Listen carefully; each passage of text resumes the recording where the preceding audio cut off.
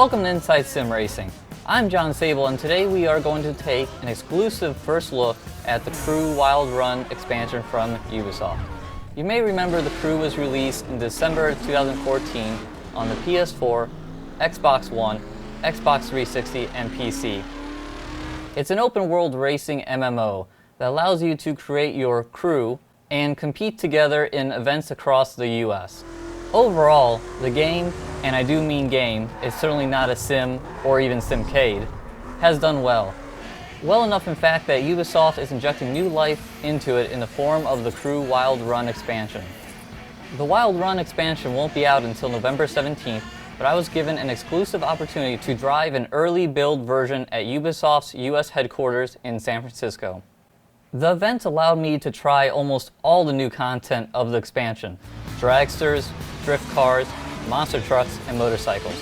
It also allowed me to experience new improvements and features, such as new dynamic weather system, improved graphics, updated sounds, free drive stunts and challenges, and the Summit. The Summit, a series of contests where the best drivers come together to compete for glory.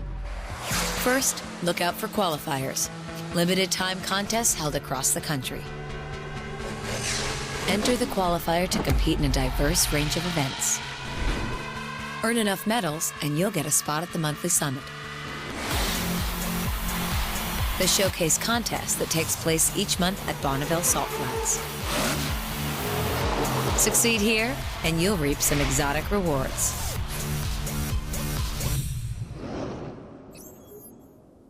This is essentially what we did with our time at Ubisoft. Myself and 3 other YouTube content creators were plopped down on PCs and united as a crew. One thing of note for the usual Inside Sim Racing fanbase: we were not given a wheel and pedals, just an Xbox One controller. Again, this is an arcade game. With that said, it does support a number of wheels, so it is an option. Unfortunately, there was no mention of improvements to the game for wheel users, so we won't know until the beta is released. So the gameplay started with us finding our way to the Summit. To access the Summit, we had to complete a few solo trials first. This put me in a sporty-looking Subaru BRZ on drifting optimized mountain roads, a monster truck at a playground arena, and a Corvette Z06 dragster in the middle of nowhere. The drifting was fun once you get the hang of it, which took some time since I haven't used a controller in a racing game since Gran Turismo 4. But hey, at least I looked good. The monster truck was fun, even though my backflipping skills clearly needed work. The dragster, on the other hand, was kind of boring. A car this powerful should be a handful, but the only thing you do is gas it to the green line and shift at the red line. Not that involving, too many lines, not enough driving. Once we got done with the trials, we followed the big blue line in the sky to the Summit to alleviate our FOMO. Once there, I entered a couple more solo events, including more drifting. Hey, I like that Arctic Monkey song. And my first taste of the bike, which was fun to ride.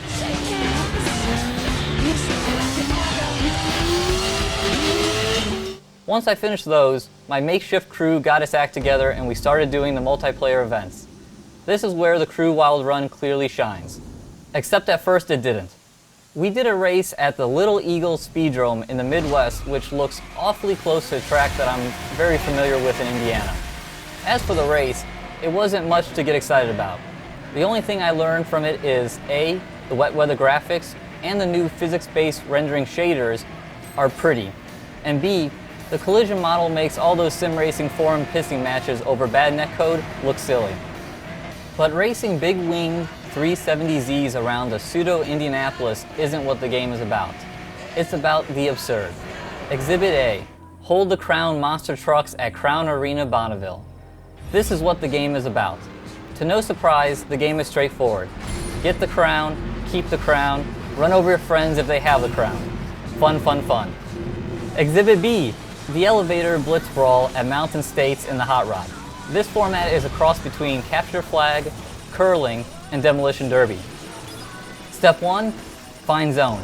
Step 2, stay in zone. Step 3, don't get knocked out. This was my favorite event of the day, and I was downright giddy. Oh, what are we doing? Oh my god. Next up, we ran a bike race, which was challenging. Overall, the bikes feel good, well weighted, and you have to treat them with respect. Then we transitioned back to four wheels, with the Viper at another pre-wetted Daytona run in the south, and the Ferrari F458 Speciale at Race for Liberty on the East Coast. It was much more enjoyable to race against friends on the street course than the oval. Dodging traffic and your competitors really ups the difficulty level, at least until you mess up. But sometimes you don't mess up and you win. Still a stud. We then decided to do something different. I jumped out of the map and created a free drive challenge to Chicago. Objective, get there first. Route, choose your own destiny. Yes, you can follow the blue glowy line in the sky, but you can also take the path least traveled and go off-road. With that said, that didn't work out well for one of my crew members. Oh, now we're in the city. Yeah, this is. Oh, welcome to You guys are Aspen. the freaking city. What? It looks like we're like in Denver or something. Yeah, you look like you're in the desert. I am. I'm literally like, I'm very keen on seeing if this off-road idea will work. Oh. Another cool feature about Free Drive is you can change your cars on the fly. Viper top speed not getting it done? No problem, jump into the McLaren. Once we arrived in Chicago, we did the usual.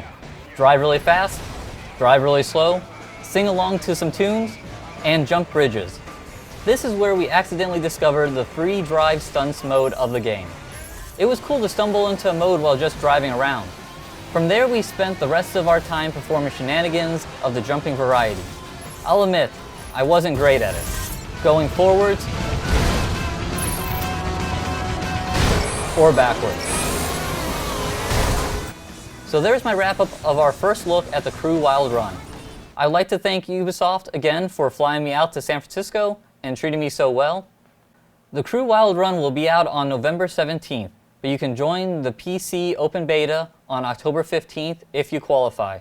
Go to thecrewgame.com/beta to learn more. Thanks for watching Inside Sim Racing. I'm John Sable. See you next time.